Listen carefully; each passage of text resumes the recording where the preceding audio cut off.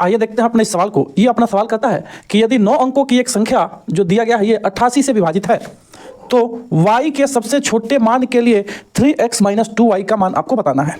अब देखिए 88 से विभाजित होगा तो 88 से विभाजित होने के लिए आपको क्या करना होगा, 88 से विभाजित करनी आपको याद नहीं है, लेकिन 88 का फैक्टर करेंगे तो 88 का मतलब होता है कि वो संख्या 11 से भी कटेगा और वो संख्या 8 से भी कटेगा, तभी वो संख्या 88 से कटेगा, ये आपको मालूम है। अब 8 से चेक करेंगे तो 8 से चेक करेंगे तो 8 से वही संख्या कटता है जिसका आखिरी 3 अंक 8 से कटता हो। आखिरी 3 अंक कौन सा है, 5 y और 2।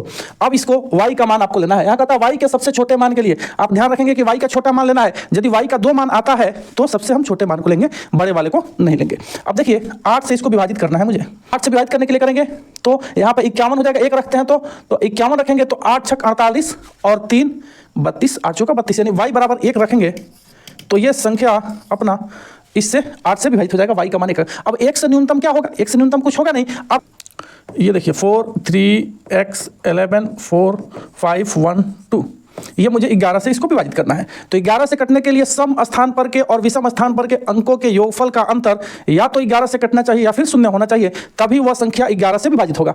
अब ये देखिए 2 को लेंगे, फिर 5 को लेंगे, फिर इसको छोड़ देंगे, फिर अगली संख्या को लेंगे, फिर इसको छोड़ेंगे, इसके अगला को लेंगे, फिर इसको छोड़ देंगे, इसके अगला को लेंगे।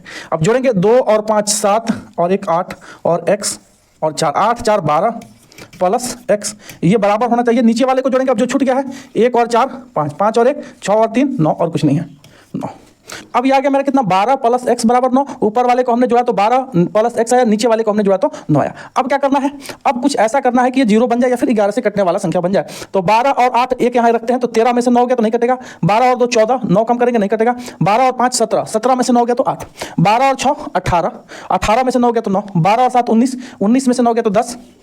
और 12 और 8 20, और ये यहाँ यदि 12 और 8 रख देते हैं ये 9, 12 8 20, 20 में से यदि 9 को हम कम कर देते हैं तो कितना हो जाएगा 11। यानी x के जगह पर हम रख सकते हैं कितना, x के जगह हम रख सकते हैं यहाँ पर x बराबर 8। ये x बराबर 8 मिल गया, y बराबर 1 मिल गया। सवाल अपना कहता है 3x - 2y, 3x - 2y आपको निकालना है। तो 3 और x के जगह 8 - 2 गुने 1, 3 बटे 24 - 2 बराबर कितना। इस सवाल का सही उत्तर हो जाएगा कितना, 22। देखिए ये बिल्कुल अभी हाल ही का क्वेश्चन है, 2019 का CHSL का पूछा हुआ ये सवाल है।